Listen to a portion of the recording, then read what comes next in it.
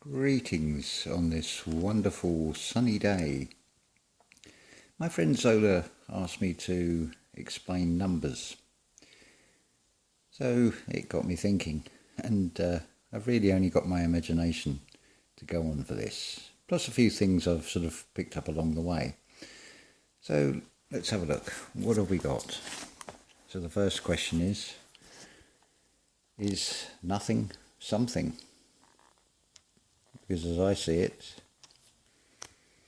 it's zero. It's nothing, and yet it is something. The O for organic, perhaps. This is followed by the 1, often expressed like this.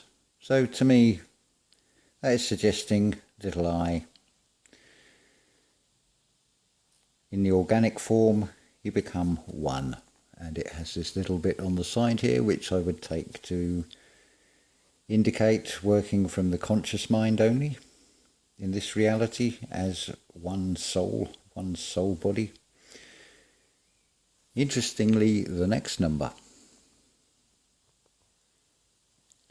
sort of resembles, not unlike a coiled serpent. And it also, you could say, it represents the 2 hemispheres of the brain, the binary system, male or female forms. Now, interestingly, if we mirror it, although it's slightly stylized, you get the 5. I'm sort of just improvising with this, going with the flow of the thoughts.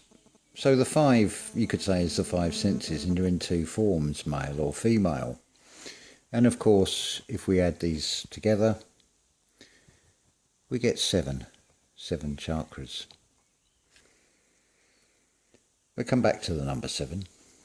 Number 3, also I think pretty obvious with the number 2, 2 arms, 2 lungs, 2 eyes, and so on and so on.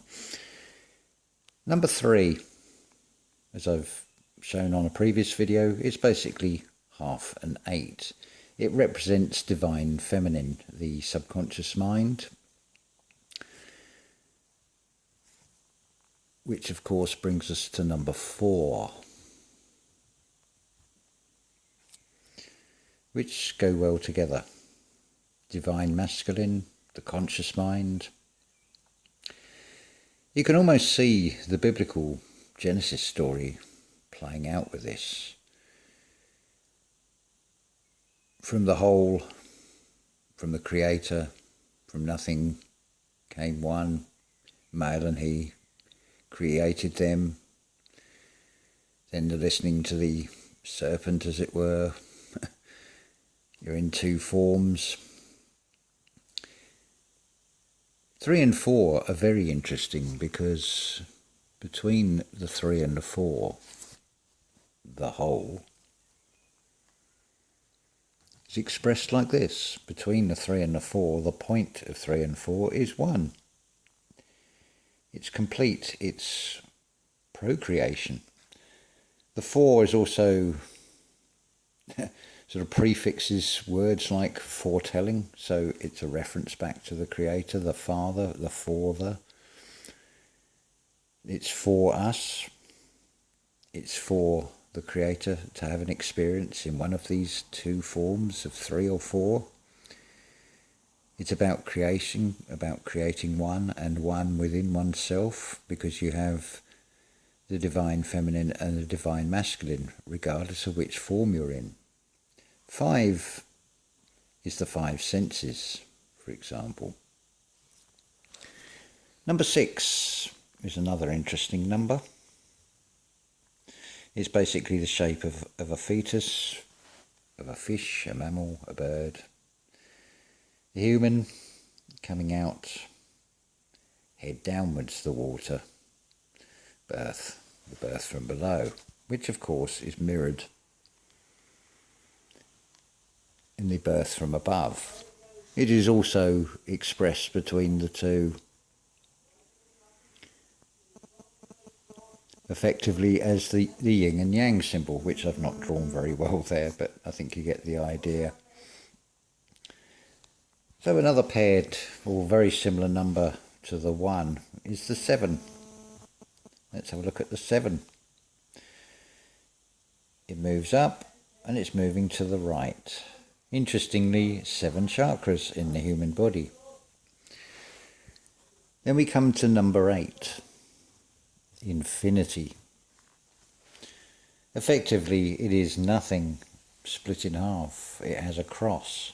Now, interestingly, with these numbers, your first cross was the 4. You could say it's the deception on Adam in the Garden of Eden. So there's your first cross. You've got another cross that's hidden, and a continental 7. It is expressed like this. The English way normally of writing it is like this. So 3 and 4 also make 7 as well. So where were we? Number 8. There's your second cross. When you're saying that you're kept in this infinity, this false infinity, effectively. Coming back here, as Neville Goddard would say it, until we've fulfilled Scripture, the law and the promise. And of course then that leads us on to number 9, where you are now the right way up, the birth from above, the symbol of completion. But what comes after 9? Well, also interesting while I think of it, you've got the SOL being shown again.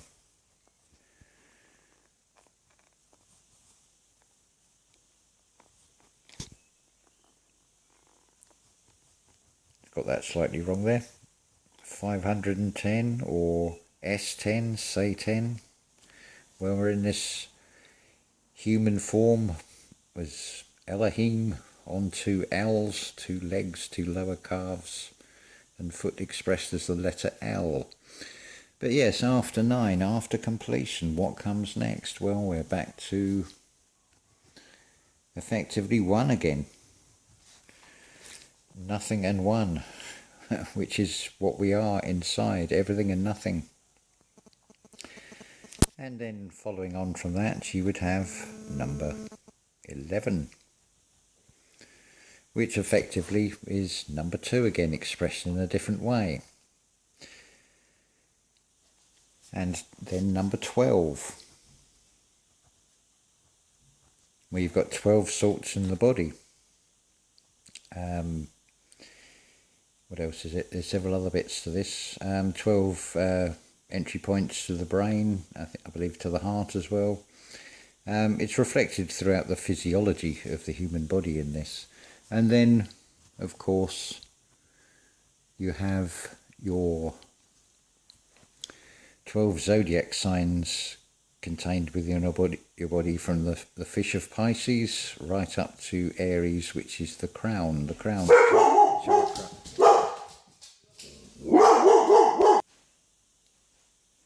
Apologies about that. Yes, so 12 zodiac signs within the human body. So with the 12 in 1 is actually 13. Now, bearing in mind that the embryo resembles the number 6 and they all start off female. So effectively 1 and 13 is actually completion. Maybe we need some different characters and have a different numbering system. I don't know. It's easy. It's very practical to use the decimal system with 5 digits on each hand, for example. Another expression of the number 5 being shown there. So it's just a little sort of response. There's so much more probably that I could say in this, but it's just random thoughts, just going with the flow on this, just trying to make a little bit of sense of what these numbers are sort of pictorially showing. Because remember, they're all man-made and you contain everything. All of this is all within you in many forms. I refer you also to look at the Black Sheep Researcher channel, wonderful video on the number 8, and I believe many others. I've not looked at anybody else's work before making this video. So I hope it sort of brings some clarity to numbers. I've already covered a lot of the alphabet and what are basically, they're basically glyphs, same as these numbers. Oh yes, one more thing, I've nearly forgot to point this out.